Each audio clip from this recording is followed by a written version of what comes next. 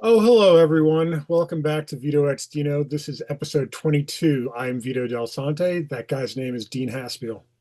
Hi everyone, I'm Dean Haspiel. Episode 22, Dean, did you ever think? We're going to say that at 122, you know?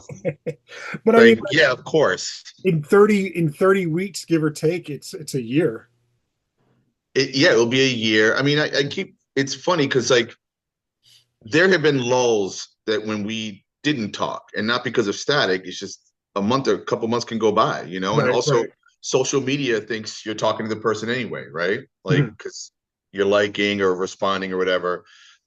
And then there have been times where we talk like a couple of days a week, Right. and trying to keep a weekly schedule is interesting. It kind of keeps me on my toes a little bit, knowing that we're recording these things and that a few people might be listening. Like you feel like you have to keep your ear to the ground to hear what's going on and stuff, you mean? Like, And for what? For my stupid, take on something? I mean, not whatever. I'm being facetious a little bit. So yeah, in some ways, and it's also a little performative. Like, you know, eh, I feel like you and I are talking to each other like how we talk to each other. right, Like so there isn't too much performance in terms of knowing that like we're projecting these out into the world. But right. no, I mean it's easy on one hand. On the other hand, it's like I do sometimes think, well, wait, what are we going to talk about this week? It's easier when we have a guest because we can ask them questions, and in asking questions to a third person, it creates a different kind of dialogue, you Right. know? It's funny, like I enjoy having guests, but I always find it necessary to do a little bit of homework sometimes, like to just catch Totally. myself up. It's funny because like the guests that we have are usually kind of instigated by either one of us, not both of us at the same time. Um, and so like something like having Sean on or having Ray Anthony Height, like you're like, I got to read his comic. I'm gonna read his comic. So I'll send you a comic or whatever and stuff. And with Owen, like we both watched the movie, we both watched Funny Pages last week, like it was my first time and you, it was your The second, third, second time. whatever, Yeah, yeah. so it's just funny, like the person that's instigating the guest doesn't have to do that much in terms of like Right. research because they're like, oh well, I know who this person is. It'd be interesting at some point for us to have somebody on that's like, hey, I want to be on your show, and you and I are both like, I don't know who this person is. Oh, yeah. You know what I mean? And let's just dig in and see what we can find out within the week, and then jump into it kind of fresh. Let's put this out there. It could be interesting because I think Conan O'Brien does this. So he has a really fun podcast, Mhm. but he also has readers, Yes. or sorry, viewers, right? Who come in and then they sometimes interview just a viewer, like a rando person, So, So so the name of his podcast is Conan O'Brien Needs a Friend. right, Those are usually the special guest, like a Hollywood types or whatever. And then when he does what you're talking about, it's Conan O'Brien Needs a Fan. right. Oh, And then he usually interviews them about their life because he doesn't know who they are. I right. mean, I know they vet them a little bit and probably do a pre-interview of some sort. But it would be fun if we actually had a fan of this show or of us that we know nothing about, and we had them on and talked to them. And you Yeah. know what's funny? I have the same conversation with them as I would someone famous, not famous, a Oh friend or yeah. not, That's the because that's that's the what whole thing. happens. Yeah, Right. like one of the things that I hear a lot about our show is that we talk like somebody's friends, Hmm. or like the things we talk about and how we talk about them are similar to how their friends would talk about the same topic. Hmm. So Hmm. it's I don't think that there would be any kind of difficulty in entertaining somebody that's not whether not in the business or not known to us, but still in the business. I think we would still approach it the same way. I mean, and that's because I think you and I are both curious people, Yeah. like sure we love to talk about ourselves and our ideas and whatever, but I'm super curious and in fact I haven't announced this yet, so I won't truly announce it here, but I'm going to be an editor. I'm an editor or co-editor of one comics thing that you know about. Mhm. And then I'm an editor for another comics local thing. And in doing that, I've dusted off the Red Hook, to do as a comic strip, and I'm kind of keeping my ear to the ground because I'm not going to really plot out like a story for a comic strip. I want them to be standalones, Sure. which means that, I'm doing my usual mashup of memoir meets genre, i.e., superhero or horror, whatever. I like to do the mashup, but like I'm keeping an ear out for the observations, and we make observations all the time, but when you're not using them, you're just consuming them. But when you start to use them, you start realizing, oh, I'm keeping a notepad and I'm writing these things down now because I might use them in my comics. Like Stan Mack is famous for just hearing people talk and doing comics for the Village Voice. In fact, he's going to be involved in this one of these other things Oh, I'm yeah, doing. yeah. So anyway, yeah, I think keeping a notebook, which I used to keep like a pad in my pocket or whatever, not for drawing, but just for ideas and for like being witness to humanity. you know Do you have is there a place you go to listen to people, or is there a place that's better than others? oh, there was when I was younger, when I lived in Soho, in Larry O'Neill's father, Denny O'Neill, had this space in Soho that then I lived in with a couple with a roommate, and then Larry moved in eventually, and I think they still have that space in the family. But I remember going to West Broadway, which was around the corner. So Denny's place was at 64 Thompson Street between Spring and Broome, and one block over was West Broadway. And I remember there was this set of stairs that you could kind of sit down and drink a coffee or whatever. And I used to go there when I was bored Hmm. and just watch people walking around talking. I remember one time, who's the lead singer, Aerosmith? Steven Tyler. Steven Tyler. A car pulled up, there comes out Steven Tyler. And like you just see all kinds of people walking around, milling about. And, it was just life, Yeah. life in New York, kind of a thing. And I think I probably got energized by that, especially when I was like, well, I could be at home. I mean, now we're at home on our phones looking at Instagram Hmm. and I forget how rich it is and important it is to actually go outside Yeah. and be around people because that's where the stories are, you know? Yeah, the downside of living where I live is that you actually have to number one, you have to walk a little bit of a ways. Like I don't have a neighbor per se. Like my Mm-hmm. neighbor is about uh, uh, I wouldn't say a mile, maybe like a quarter mile up the road. Like maybe even less, maybe an eighth. But like we got to walk up there to see her, and so that there's not that kind of everybody's on top of each other thing that New York has. Number one. Right, Number right. two, I don't want to listen to 99% of the conversations that most of the people have here because it's probably going to be something anti-democrat, uh, Dramatic. yeah, it's anti-Semitic, Yeah, anti-everything. It's into just everything. pro-Trump, nonsense. And that's not to say that that's the only thing on people's minds. I know for a fact that's not the truth. Right. But I feel like if I were to listen, like I do at work sometimes, the 99% of the time I just tune it out immediately because it's not that, Wow. you know, Wow. because So like, you it's must not feel, do you feel alone? not necessarily. I know that there's more folks like me than not, um, in terms of like my liberal, college educated, kind of uh, always wanting to learn mentality. Right. I think there's more people like me than not. It's just the effort it takes to find them and to Right. engage with them is a little bit harder than I'm capable of doing. The fun thing is whenever with my kids, like they go to school, today was their last day of school for the year. Mm. So Mm-hmm. when you meet a parent that you kind of know where they're coming from already, and then they surprise you, like with something like that's like, yeah, that was a terrible idea. I wish I didn't vote for that guy, whether it be Mm-hmm. president Mm-hmm. or somebody local or whatever. Like so it's like, oh, okay, so there are more people like me than not.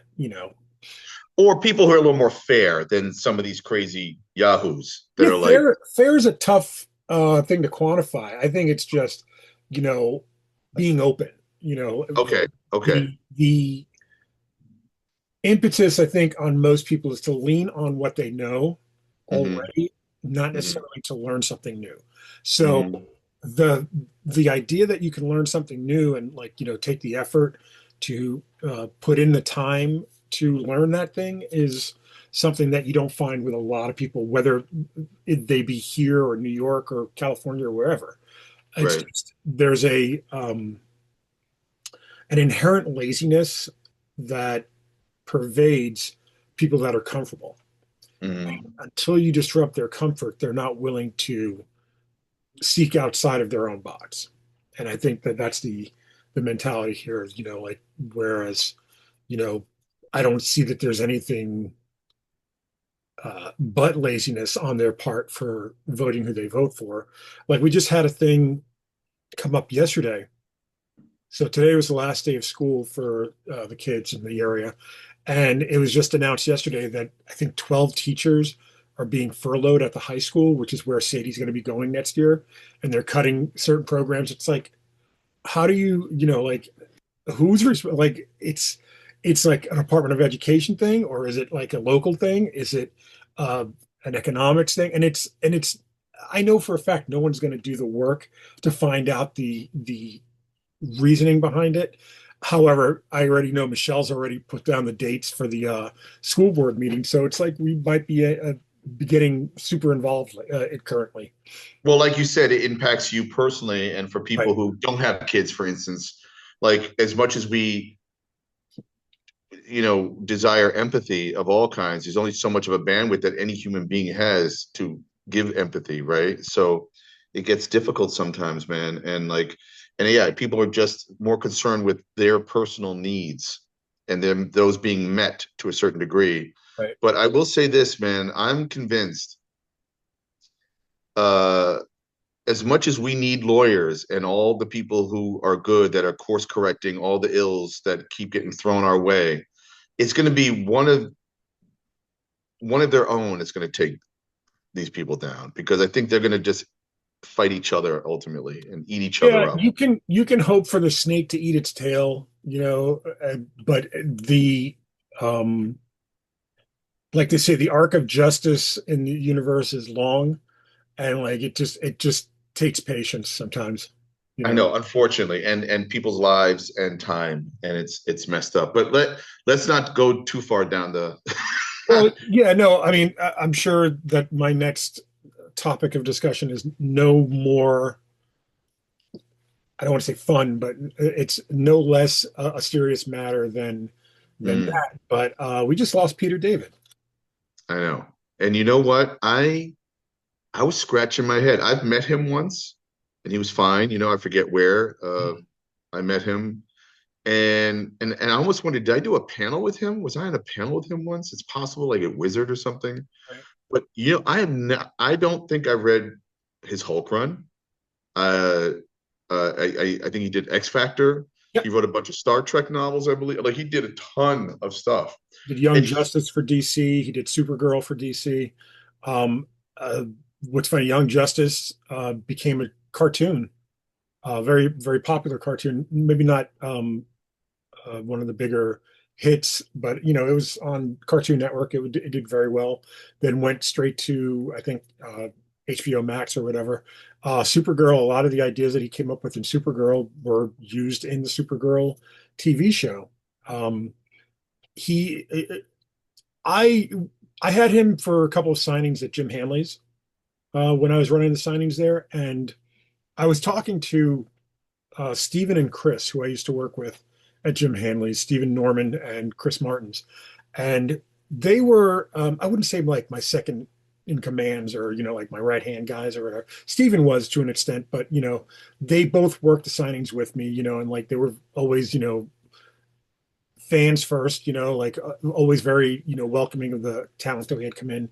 And I asked him, did he ever come across as kind of like a prick to you? Like Peter David? And right, no, he was always cool. And I'm like, all right, just want to make sure because like I always got that weird feeling. Peter David had this kind of I don't want to say camaraderie, but like he was in the same kind of let's say, hierarchy of like Harlan Ellison, uh, Clifford Meth, Bill Mooney. Those guys always seem to have like this weird kind of, I don't know, like better than you kind of like, or you don't know better or something like that, especially like Harlan Ellison. And I know that he and Harlan were very close. And that doesn't mean that Peter was a jerk to me. He wasn't, like he would, say something kind of off color, maybe, you know, nothing too detrimental or too painful or anything. But he would say something kind of off color and it just like, I take it back and stuff. But he was, he whatever thing he was smoking, he was a fantastic writer. Like his Hulk, Mhm. I did read his Hulk run, not the entire thing, but I read a good bit of it. Like, and I always, when I think back to his Hulk run, the very last issue that he wrote was, I think, from Rick Jones's point of view, and it was such a well written story and so well drawn and so like perfectly put together that if you never did another Hulk story, and I don't know that he went into it with that mentality of if there is never another Hulk story, this is going to be it, like, but if it was, that's the perfect ending, like, and I don't think anybody's ever ended a book as well as that. Hmm. Future Imperfect, he did with George Perez, which basically changed Hulk lore forever by introducing the Maestro and uh, introducing the idea that he was the final survivor of the Marvel Universe. I think he even did the Hulk the End, which was the last Hulk story, like, so to Do you speak. agree with that? Just to fan out for a minute, do you agree that the Hulk would be the last survivor of the? Well, actually, I think now they've posited that might be Wolverine. I think I think whoever's writing whatever story, you can say Captain America will be the last because of the super soldier serum. You could say Hawkeye's the last because he's a good hunter. You could say they did a Punisher at the end. Garth Ennis did where Punisher basically killed all of the bureaucrats of the world that locked themselves up in a bunker, and Punisher killed them and then killed himself or something. Like you can make it any an argument for any of them. I'll tell you where the Marvel universe does end. If I think emotionally, and this is gonna make sense and not make sense, to the point where I actually literally drew an image and sent it to a Marvel editor as the pitch was just the image with a title. And so I'll start with that, and then we'll go backwards, which is, and I think I've mentioned this to you. I sent an image of it's called Old Man Aunt May. Remember Old Man Logan or whatever, right? Yeah. So it was Old Man Aunt May, and it was an old Aunt May with a patch over her eye, like scars, and she looked grizzled but tough as nails. But actually, when I think about it, she's still alive, right? Yeah. In the Marvel, As far as I know, yeah. when she dies, I think Marvel Comics dies because you know Ben, sorry, not Ben Grimm, but Uncle Ben, even though it's Spider-Man, so it's not Fantastic Four that launched the Marvel Universe. Fantastic Four launched the Marvel Universe, and then Spider-Man came along like a year later, I think. Right. Um, or did it? When did Amazing Fantasy? Amazing Fantasy was a Marvel comic or a Timely comic? It was a Marvel comic. It was a Marvel comic. It was Strange Tales. So it was No, the anthology. no, it was Amazing Fantasy. Amazing Fantasy. Sorry. Thank you. Amazing Fantasy. So anyway, so in some ways, besides blasting off in a rocket and getting hit with cosmic rays, or getting bit by a spider, a radioactive spider, and launching, and then there's gamma rays for the Hulk, and like Thor shows up through Don Blake with a magic stick, that turns into the hammer. Um, like the first major death is in the origin of Spider-Man, Yeah. right? So, and in a way, that's a catalyst, you know, uh, and then the rebirth is what happens after death of sorts, right? It Right. happens to Peter Parker, who legitimately could have maybe died from a radioactive spider. The Fantastic Four could have died in that spaceship up, in outer space. Um, but I just feel like emotionally, if you take down Aunt May, and I don't mean take her down for a year and then she didn't really die and it was a clone or something like that or whatever, but really legit, I think I might be done with Marvel I don't Comics. know. Like, I think let's be realistic. A good story is a good story. Of And course. if you can tell a good story out of her death, I think, you know, that creator, those creators deserve the benefit of the doubt to see where it goes. The problem is they've killed her off before. What's up, dude in Mhm. the background that just walked by? And we're on the 100th floor. How did I he don't do this? understand. But the they've tried it and like they've the problem is whenever you do a death in a comic, it's sensationalism, like it's Yeah. to get people to look at the book. And keeping them is the hard part. That's why whenever they don't keep those people, keep those readers, and they keep the sales, they go back to where it was, status quo, so to speak. But um, Well, wait, I'll let you finish your thought. well, I was gonna ask, like, is there a character whose death would essentially herald the end of the Marvel universe as we know it? If Disney got rid of Marvel, Marvel is now an entity unto their own, and they start bleeding money.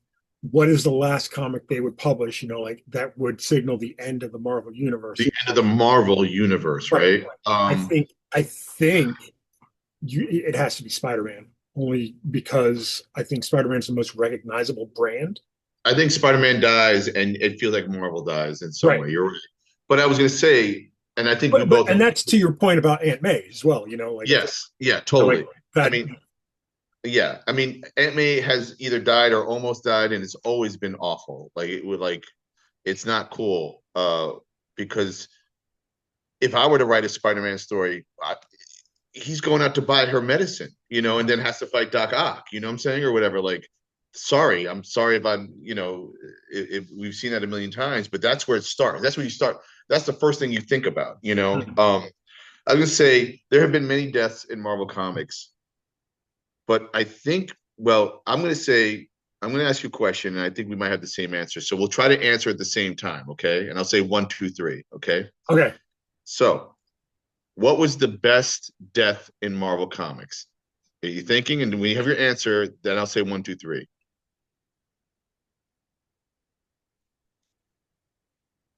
Oh boy. Okay. Wait, Okay. wait. Okay, ready?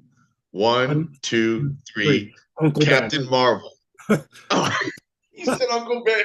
I was gonna. You know what's funny? I was gonna say Captain Marvel. Well, it's Captain Marvel, man, because I they mean, dedicated the whole graphic novel I to his yes, death. yes, Like I agree.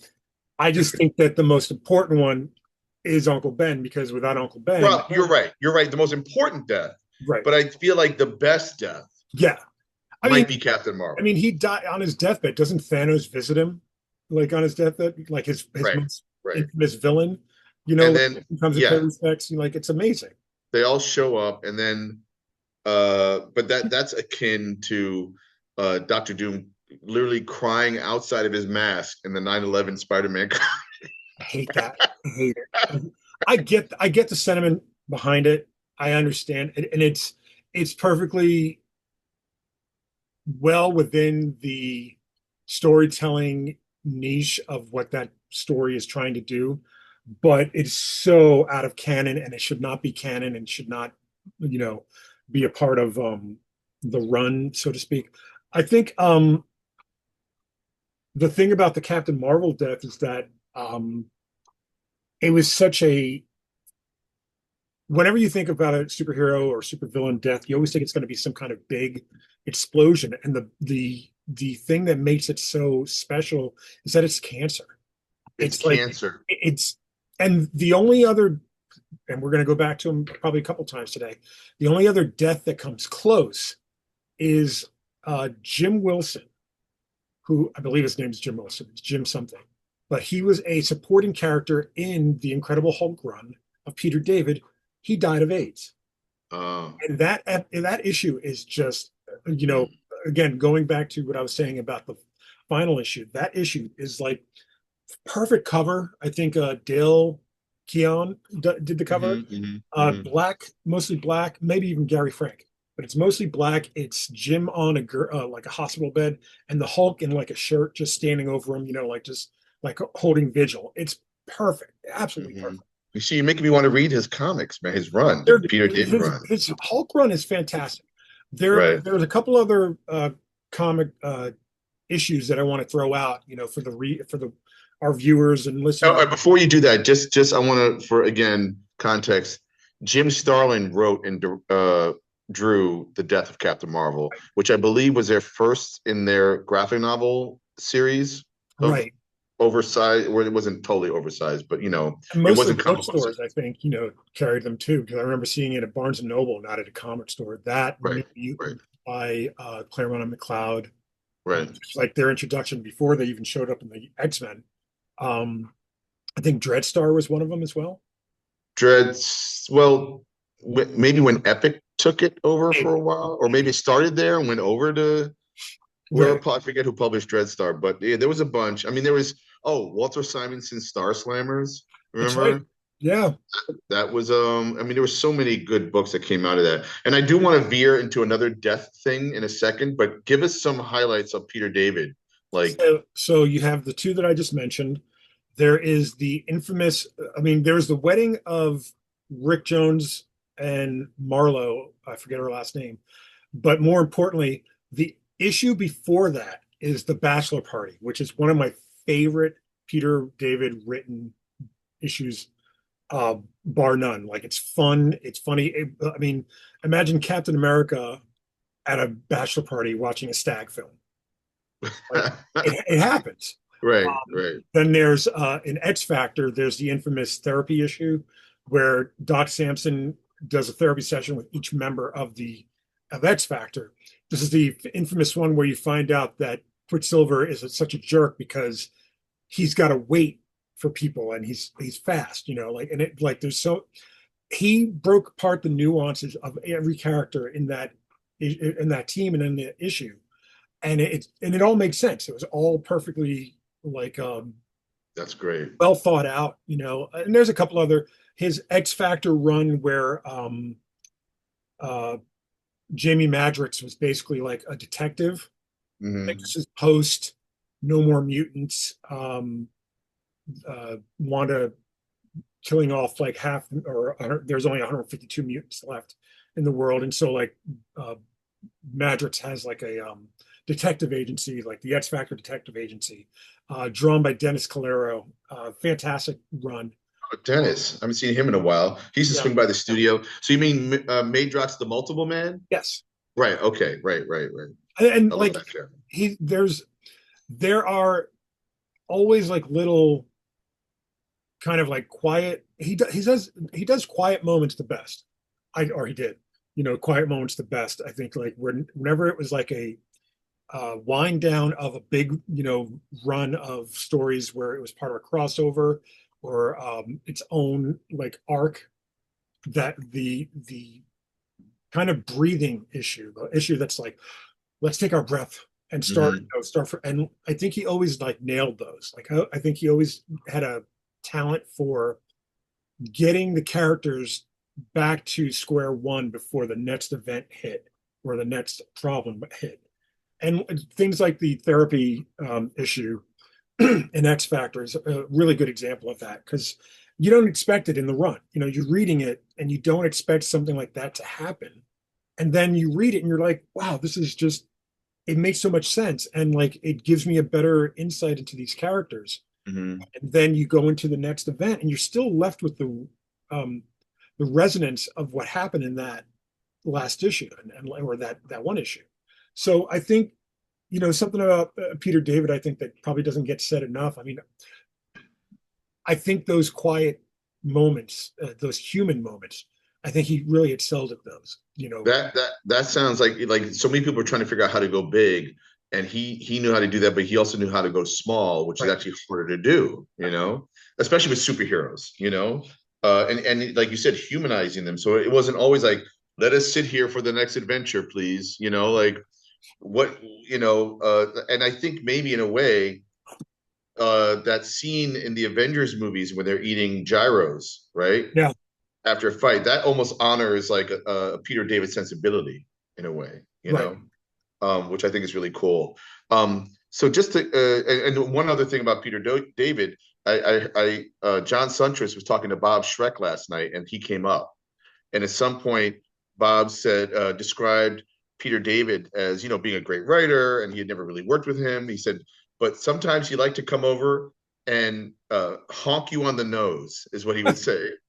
And in terms of his personality, Right, like I guess he was like you would say he could have like a resting bitch face or like just be kind of a little bit of a jerk sometimes, but it seemed right. like it was almost on purpose, is what I'm saying. Like maybe he knew that he was a provocateur sometimes Hmm. by his attitude, So, and when you're a younger person, you don't know the nuance of that, You just Yeah. think someone's being a jerk or something, right? So, And again, that um, that could be very well why I got the feeling I got from him. right. Like there's always, you know, there's a thing about the comic industry that people, tend to forget because we look around and we see so many people at San Diego, New York, Baltimore, whatever show, you see so many creators everywhere. It's still a small industry. And the Hmm. thing is, we tend to think that we can not squeak by and like just kind of be in our own section and be content in that section and not feel like you have to compete with someone else in a Mm. different section. You can do that, but a lot of times you just feel competitive with other writers. And I don't generally feel that way about people, but I've felt that competitive nature from veterans in the past. Mm. When I, talk to them like, oh, I'm doing this. Do you have any advice for me? And they're like, no, because I'll never forget Eric Larson. And like I say this and it sounds mean, but the idea that he imparted a little bit of wisdom when he did this. I met him at a convention very early on before he even started writing. I was trying to get into writing. And I said, would you mind reading this and, giving me feedback and stuff? Now, in the same day I met Jim Shooter, I met Jimmy Palmiotti, I think, for the first time. And I had given them like all script samples to see, and like I never received a word from any of them. And the thing is, Eric Larson told me no.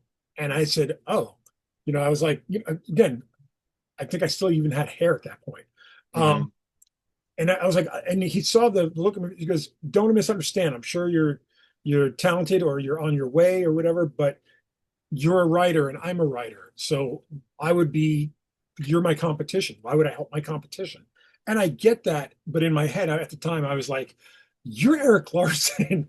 Like I Right. can't compete with you. Like you're Right. so." And that's an interesting point of view, that a perspective that he might even respect coming from you in retrospect. But I don't know if I would say competition, but to me, honestly, the more what it is I don't know if I have the time. Yeah, It's a time thing sometimes, depending on how much someone's asking you to indulge, So right, that could be an issue.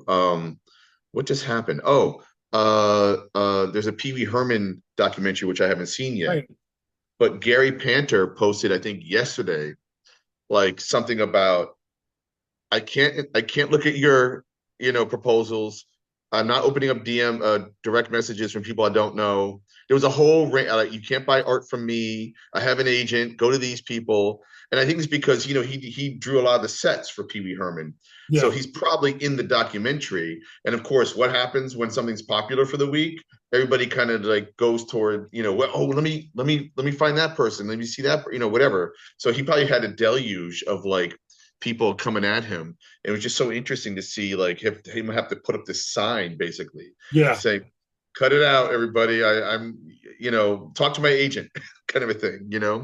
Which I wish I had that problem, and I don't. Okay, Um, before you go further, I wanted to give folks the issue numbers of the issues that I had mentioned. yes, Incredible Hulk 417 is the Bachelor Party issue. Incredible Hulk 420 is the Jim Wilson AIDS issue.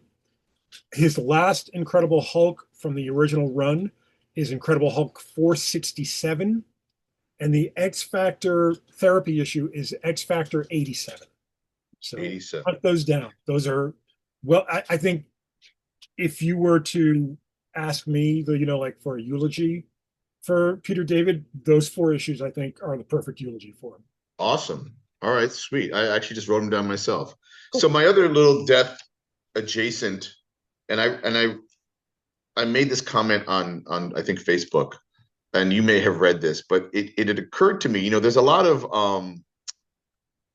uh Jack Kirby isms in original Star Wars, right? right? Uh and it didn't occur to me until like, I don't know, a few weeks ago that the Death Star is Galactus. Yeah, It's a world never would eater. have thought of that. Yeah, It's you're a right. world, it goes and destroys worlds. Mm. And I'm wondering if George Lucas was like, "Oh, I need a Galactus," because he had a dark side. That's Darth Vader. I mean, Darkseid's more Doctor Doom, really, when you think about it, just Oh, in terms that's true of because designs. ultimately Darth Vader becomes, well, then who's the? But there's a lot of like new gods Yeah, in some Fantastic Four in Star Wars. Like the Force might be like the source. right. I've always thought that. You Uh, know. I mean, Icarus and Luke Skywalker have the same haircut, like Uh-huh. from Hmm. the Eternals. I don't know. Han Solo, that's tough. Yeah, I mean, there's arguments to be made for any of it, really. But I mean, it's clear that Lucas was working from a 1930s Republic serial, idea of how to do science fiction. You Oh know, no, wait! You did say something. That's right. I swapped Darkseid for Doctor Doom, but there's literally the page they stole for Star Wars. You know the dinner table scene with Doctor Doom saying "Please sit" in his. Mhm. That's From that's in Empire Star Strikes Back. Wars. Yeah, It's an Empire Strikes Back, exactly. With oh, what's his name? Lando Calrissian, and there's Darth Vader and everything, and then anyway. So I don't know. I mean, and that's fair and that's fine. It's really cool. It's just that like the older I get, the more I'm like, wait, there's even more connections that I wasn't thinking and of. I almost want to watch Star Wars, at least 77 Star Wars, and kind of plug in characters and see what works and what doesn't. Because you can say that, well, not necessarily. I was going to say Han, Leia, and Luke and Chewbacca are the Fantastic Four, with Chewbacca being the thing, but Han would have to be Mr. Fantastic. That Yeah, doesn't, Han is Mr. Fantastic. That makes sense. Although, is he hot-headed? right, More hot-headed than Luke? right. Probably. But Luke and But Leia, you're right. It the gets a two little. older It gets a sisters, little. It kind of breaks apart right there. yeah, But also foursomes, they usually traditionally have the same kind of mannerisms. There's the dynamic leader, stuff, yeah. there's the hothead, there's the brute, there's the woman, who's the most sensible, usually. Hmm. So, and I'm really looking forward to this new Fantastic Four movie, man. You know, Yeah, the more I see of it, the more I'm very like, I mean, I know it's July 25th, but I'm happy to be alive in a time where I can actually see a good Fantastic Four movie. I And know I didn't see the last one, the Josh Trank one, where he redid everything. Like it's whack. It's I mean, terrible. I'd have no interest in it. But I did see the two Tim Story ones, the ones with Jessica Alba and Chris Evans, Michael Chiklis. Like I like those. I like them They're just fine. okay. They're okay. But You can tell they hadn't gotten it yet. But Michael Chiklis's practical thing costume I thought was pretty good actually. yeah, it was good. So is Chris Evans as Human Oh, Torch. yeah, I think he's it was great. But great. he's a great actor. I mean, that guy can do anything, Chris Evans. Yeah, So. we're I think we're seeing that now. Like, as much as I love him as Captain America and as much as I love him as Human Torch, Knives Out is probably one of his best performances ever. Like he could retire off of that. No, he's great. He's really good. So speaking of movies, uh, I have three movie titles written in front of me right now, Mhm. but you wanted us to save our conversation for this. Yeah, I finally saw Thunderbolts, And and I think about it a lot. Like first of all, and by the way, I guess we might be going into spoiler territory, we possibly. might, So I'm just gonna say spoilers. yeah. I don't know. Maybe I'll hold up a piece of paper whenever we stopped talking about it or something, so people can fast forward and see the picture. Um, Just flip but the bird. We'll both go like there you go. this. There Okay. you go. I think the hardest thing about the movie to accept is that Sebastian Stan can't get a good wig. Oh my Oh, God, his hair is atrocious in this movie. Like you mean at the end? at both, Oh, like really? I guess I his, didn't his notice. page boy like nonsense is ridiculous. And then Okay. at the end, where it's like blown out, like Lando in Empire Strikes Back. Well, I mean, that's a joke almost at that point. Like It's a I joke. don't know, like they cannot.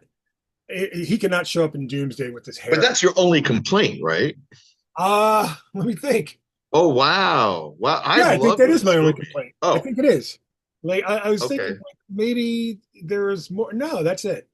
Well, Like wait, wait. All right, so what's your overall feeling? And then we can get into story parts if you want, I don't feel like it's funny. Last night I started rewatching Brave New World, and as a result of watching Thunderbolts, and I was thinking, boy, they really wanted Brave New World to be Winter Soldier so bad. Like you Mm-hmm. could see it, Mm-hmm. like it's almost like watching what's that movie? Not Honeymooners. What's it called? Zach Manchurian Efron. Candidate? No, a Hangover. So if you watch The Hangover, the first Hangover, and then you watch the second Hangover, it's the same movie just in a different place. Right. And it's the same thing with Brave New World and Winter Soldier, like almost beat for beat, like just like the discovery and like the two guys go like it's so weird. And Right. Right. they did so wrong by the Isaiah Bradley character. Like it could have Well, they started off really well. They started off really cool. the Celestial Island dogfight is one of the best things I've seen in a Marvel movie in a while. So there's that. So Mm-hmm. that was the last movie I saw before Thunderbolts, and just so happened to be I started watching it again last night. So the bar is low at that point, and all you have to do is just do something just a little bit more character friendly, a little more not necessarily fun or funny, but like just something a little more entertaining. And Mm-hmm. I think just by that, like Thunderbolts could have just gone here and they just went wherever. Like I don't have any um emotional attachment to the character of the century. Never. I mean, he's a Right. fine character, like for what he was made, and like the whole hype behind the creation of the character as being a lost Stan Lee character from the 50s was an interesting conceit at the time when he was conceived, when the books came out, and everything came out that it wasn't really a Stan Lee, whatever. Um, that character is probably the worst character in the movie, and that's not saying that he's bad. That's just saying that the character is not as I don't have any kind of emotional attachment to that character as much as I do the other six. Well, all right. So let's. I mean, we're not movie reviewers or anything No, like no, no, that, but not at all. we are talking as story makers, right? So Right. I love that it begins with a faux suicide by the White Widow. I forget her name in the Yelena Belova. yeah, and she just doesn't know her purpose anymore. She's bored. She's bored with what she does. She keeps doing the same shit, Hmm. and and I think in a weird way, it's also acknowledging to the moviegoers, we're going to watch the same shit, aren't we? Right. Oh no, we're not actually, Yeah, yeah. because we're going to take these misfits and semi-villains or anti-heroes, and we're going to put them in a room together, and oh, lo and behold, they're actually supposed to kill each other, Hmm. and they kind of do kill one of them, but then they realize we're being set up here, so let's just kill the person that set us up, and then we can deal with each other later. But in doing in having this mission statement together, they become allies of some sort, right? Even though Weirdly enough, they killed off the one that had less purpose than any of them. Like ultimately, like right. I mean, it's probably out there already, but I'll refrain from saying which one that was killed. But like, it made sense when they broke down like why this character is targeting this character, and this character is targeting this character, about strengths and weaknesses and the way they. Sure. And Um, also, they're not really a super powered. A lot of these characters, no, right? no, and And that's another thing that kind of like speaks to their humanity in a way. And then the father, the Red Guardian, is I loved him so much in this movie because he's the heart and soul. And I will spoil this one bit, which won't really make sense, but they basically at one point in the movie have to go deal with some stuff, and they get to it and they deal with it, but the dad has gotten wind of it as well. But he's driving his limousine service, and he gets there what like a day or two after yeah, he should have gotten there to say yeah, don't do this. yeah, And it's so heartfelt and so and like I love that so much that even when you are that much of a fuck up, you're still like trying to go be a hero or help out or whatever. right, And there were little bits like that throughout the entire movie that like kept making you love these characters more and more and more. And then you're finding out, oh, they're lying, that like what's his name? It's not Captain America. It's U.S. what was agent, his U.S. agent. Like he has a family or he doesn't have a family, right? right, Like and things like that, little stuff that you wouldn't necessarily you would lie about, until the truth comes out. And I don't know, there was a lot. And then of course there's the Sentry, right? So who's this guy and what is he all about? And I love that he's basically he's Marvel's Superman in some way. mhm, And when they have the fight scene, there's no way there's no fight because you can't fight this guy. right, Like, and I actually love that too. Like, there's no, I don't care how good you are in your ninja tactics and everything. He just can go boop like that, or just think, something, and there's no way to fight this guy, which has always been like the issue with a Superman kind of character anyway. How do you fight a Superman? Like you can't. You know, and then he becomes basically a spoiler, like a neurodivergent character that has a dark side and is dealing with like. And I thought that's what made the movie more interesting. Clearly, well, the statement of the movie is you don't have to go through these things alone. And that's really, like, and I think that's the most powerful thing you could say. One of the things I like doing with my comics is I like disguising my intent behind superheroes, behind yeah, brightly colored costumes or whatever, whether it be Stray dealing with my father's death, or something that I'm working on now where it's dealing with the idea of critical race theory being taken out of or being not considered to be in schools, stuff like that, like where you can. I wrote. I might have mentioned it on the show already, so if not, I'll just blurt out my own thing now. I wrote a Stray anti-fascist comic, and it's about how ultimately we've been down this road before, man. Like we have one job and one job only, and that's not dealing with fascists. So I created a Proud Boy as a supervillain, like, and I, have Stray. but that's redundant. When you said supervillain, that was a redundancy. Yeah. Well, I mean, with superpowers, I know. But the thing is, it's like the the thing about Thunderbolts is that, it's because it's a movie, allegory doesn't work well sometimes in movies, and you have to actually spell it out.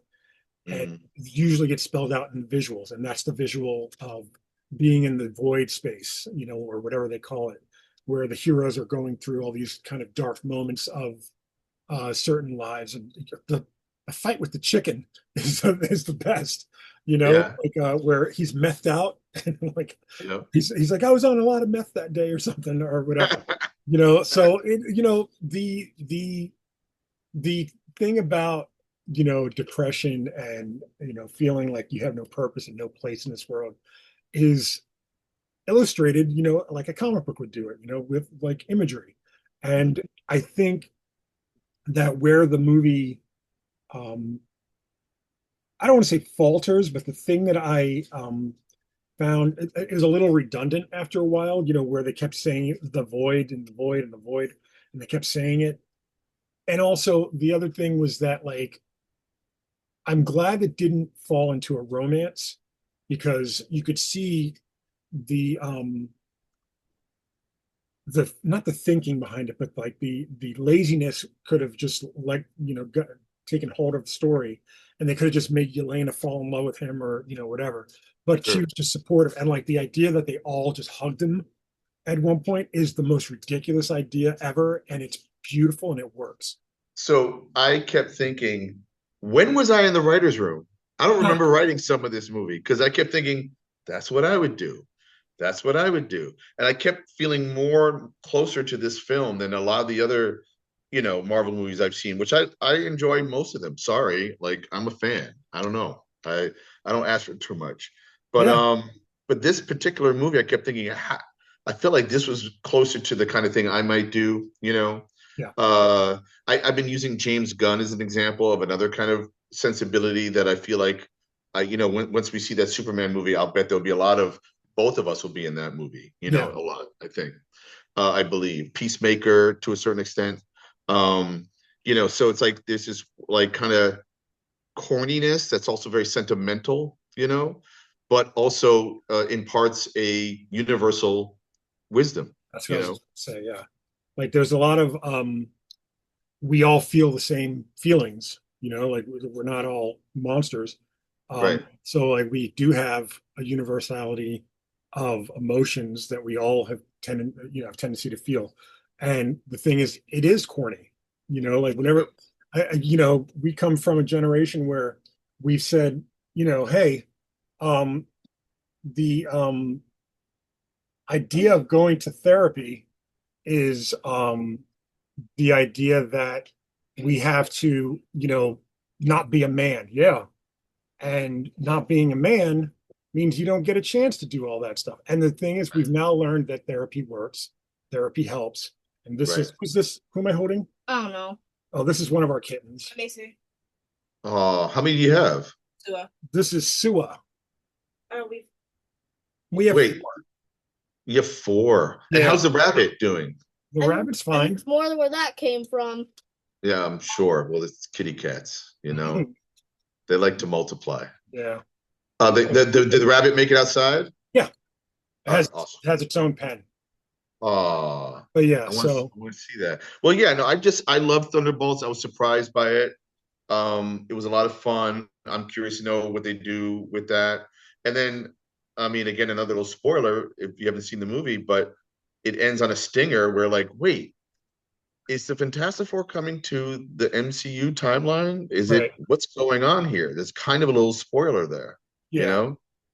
So, and does that mean the coming of Galactus? But I doubt it. Or like, No. what's going? Yeah. So something's up. No, I did want to mention, did you have more to say about no. Thunderbolts? This would probably be a better stinger than what you're about to say. So you go ahead.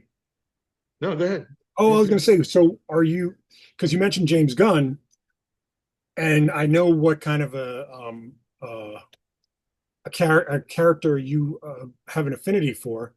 Are you more excited for Superman than Fantastic Four, or are you more excited for Fantastic Four? I have to be more excited for Fantastic Four. I Right. have to be. And I'm not as excited for Superman because even if they never made, I don't care if they made 100 more Superman. We had our Christopher Reeve Superman. In Sure. fact, I'm a big George Reeve Superman.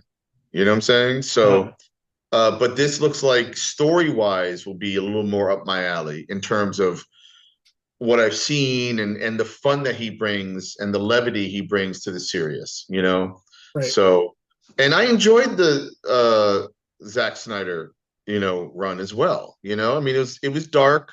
I like You to tell know, people that it was the dictionary definition of good. right? Like Sure, it was, sure. good way to But wait. he was a visionary, whether you liked it or not. He did put a lot into that vision of trying I to can't. create that universe. I have no issue with Zack Snyder as a filmmaker. I mean, in terms of what he puts on the screen, everything looks good. The Krypton scene alone is like just something that you've never seen before. Like you think about 1978, where it's just like Mhm, crystals on a soundstage, and this is mhm. weird bug flying monster like Right. vehicles and all kinds Right. of things happening. Like Right. it's visually. Right. There's also the argument could be made like, is it too much to watch? Is there too much on the screen for us to really process what's happening? Right. Are you sacrificing imagery for story? Mm-hmm. There's a lot of Mm-hmm. arguments that we made about all of Right. it. Right. The thing about this one that I think I am kind of like looking forward to about the new Superman movie is the way in that last trailer or in the most recent trailer, the way he and Lois kind of argue Yeah. is a real argument, man. Like that's a Yeah. real like I feel like I've had that argument with my wife, Right. it's Right. something, Yeah. and it's just that feels real. No, it was really good. I look forward to that. And then two quickies. And then I might have a way to cap it off because I actually have to split soon, unfortunately. And then you might have a couple of things. Did you see the new Mission Impossible? I did not. I want to, but like I was telling you, I think in text, um, I don't remember the last one I saw. I know I saw whichever one had Philip Seymour Hoffman. I think So that, you're way back. So yeah, it would be I think it fun was for like you to see them seven. all. It would be this is the eighth one, right? Oh my And God. so it would be fun to see them all, but go back to the first McQuarrie directed one, which I think is 4 or 3 ago, like the one in the theater, and then go back 3. So officially 4, I think, Mhm. back. That gives you a different kind of like sensibility of where the franchise went, and it's awesome. You And understand it's that awesome. Brian De Palma The first directed the one. first one? That's That's right. insanity. And then oh God, the Chow Yun Fat, not Chow Yun yeah, Fat. John the, Woo. number two. That's Like right. that's That's right. insane. That's right. So I love that movie so much. The new one, I love them all. And then, did you see Nosferatu? Robert Eggers' Not yet. Nosferatu. I'm holding off. So I heard like people are like, I'm bored, it's not good, whatever. I loved it, and I watched the Yeah, extended cut, and I loved it. I thought it was really good. So I don't know if you have another thing. I have one more little yeah, give it to me. like to share. So you're good. Yeah, I'm good. I brought up Peter All right. David. I brought up I'm a freelancer. There's my art table. I'm here a lot. I've got some art on there. I'm here for hours upon hours. I usually get here like between 12 and 1, which means when I'm leaving around 10:30, I'm trying to sometimes order Chinese food before the place closes. So I eat dinner at 11 p.m. ish, catching up on the news with Errol Lewis on New York One News and finding out what's going on. And then eventually I might try to put on a TV show or a movie or something. But I found a really good freelancer's hack. It's the peanut butter hack. All right. okay. So I'm not a big fan of Jif, but this is what I happen to have. And what I've discovered is when you're a freelancer and you're really, really hungry and you don't have any money, have a spoon. Hi. Take a spoon and you dip it into the peanut butter and you eat, like you lick some. Okay. And then if you want a couple more, you maybe 1 or 2 more of those and you eat and lick it, right? And then you cover it back up. Okay. You put it back and you go back to work. And that's an affordable dinner for a freelancer. Okay. Putting bacteria back into your peanut butter jar. Well, then sometimes maybe use this side and then use this side, the other end of the spoon. Oh, Dean. So I don't I think don't Michelle's know. ever Just been on the two fingers. Or Different. a couple of fingers. That's right. It's It tastes better. And then if you run out, a little extra Katie salt. said if you run out, use your toes. Oh, I don't think my wife's been on the show since we started. This is Michelle. Not once. I think she's been running around the background once in a while, She hiding. usually tries to avoid everything. Oh no. Yeah, she hides the toilet. That by sitting on it. Done that. There you go. There you go. Now That's I'm an incredible bathroom or whatever that room is that has also a toilet in it. It is. There's a lot going It on. is our office, bathroom, laundry room It's incredible. I love that it. has everything that you could possibly buy. Anything you need. It's kind of like my car. Keep in mind, this is Michelle's childhood home that we live in. Mhm. Oh, So right. this was all built, prior to I me. built this room. What was the room when you were a child? This was not a room. This was an outside space. Oh, And then as I aged, I and my father built it. It was like an outside. This was a door behind right, there. That was a door to the outside. right, And right. we added it all You on. just add more Yeah. walls and Mhm. got it. Is there a second floor to this No, place you have? basement, So it's full all. basement. Oh, you're in the basement No, right no, now? we have a full basement. Oh, I see. So there's an underground plus, so that's the two floor. Right. Okay, I got it. Okay. We have an Wow. attic, but nobody can get up there but myself and Sadie. You have to step certain places, and like I exceed the weight limit. Uh-huh. Boom. There goes the leg. There goes, he's fallen through the floor. So I've fallen through the Oh. floor on the first floor. Oh, he Come goes, on. Michelle, can you help me? Oh, yeah. oh wait. So real quick, you're doing something this weekend. I know the podcast is after. Aren't you Right. going to Three Three Rivers? Rivers Comic Con will be this Next coming. Well, we're recording this on the weekend before it, but when this show comes out, it will be this Saturday and Sunday, June 7th and 8th. Oh, so it's not this weekend, it's next week. Got it. Right. But it'll be for the Right, got right, it. Okay, right. that makes sense. Yeah. And what are you doing there? Anything? Any panels or? No, I'm I probably won't be at my table at all because I usually like to walk around and talk to Don Simpson and stuff Yeah, like right, that. I'll right, be right. there. Michelle will be Oh, selling my stuff. Sadie will be dressed up in costume. awesome. James will be looking for video games. Sweet, sweet. What are you cosplaying as, Sadie? Sandman or some kind of goth. Character from Danganronpa? Sayaka. Sayaka. Sayaka. Sayaka. I don't know these things, man. Okay. I just You gotta don't know. expand your mind, man. I But know, more right? importantly, I'm making pizza, so I gotta go. wait, Mwah. before you go, What? more importantly, today is May 29th. Dean's birthday is in 2 days, so Oh, that's right. we are going to sing happy birthday to Dean ahead of time. Happy birthday to you. Happy birthday to you. Happy birthday, dear Dino. Happy birthday to you. Here's a cat. Hey. So Dean's birthday is Thank Saturday. you. This episode comes out on Monday. So if you're watching this on Monday, you missed it. Sorry, You missed it. Missed the party. Sorry. We, All right. Well, we thanks, killed guys. Love you guys. we killed a hitchhiker. We cooked a pig. You know, I am very excited for your birthday, Dean. Thank you. Thank There you. there is a small gift coming your way, probably in the next week or so. Oh my. I can't wait to put it on the show. It's going to be funny. Oh boy. I can't wait to see It'll it. go Thank to you so you, much, not man. me. I won't show you. That's Yeah, rude. sorry. Imagine. Oh, hey, Dean, this is for you. Happy birthday. Yeah, happy birthday. All right. folks, Well, no thank flushing. you. We don't have a guest, so no flushing. Thank you all for watching. Dean, again, enjoy your birthday. Thank you. I will talk to you on Saturday morning, like I always do on your birthday. I always text you. Thank you so much. That's it. We'll talk to you guys next week. Yeah, yeah. Yay! Oh my God, there's pizza in the other room.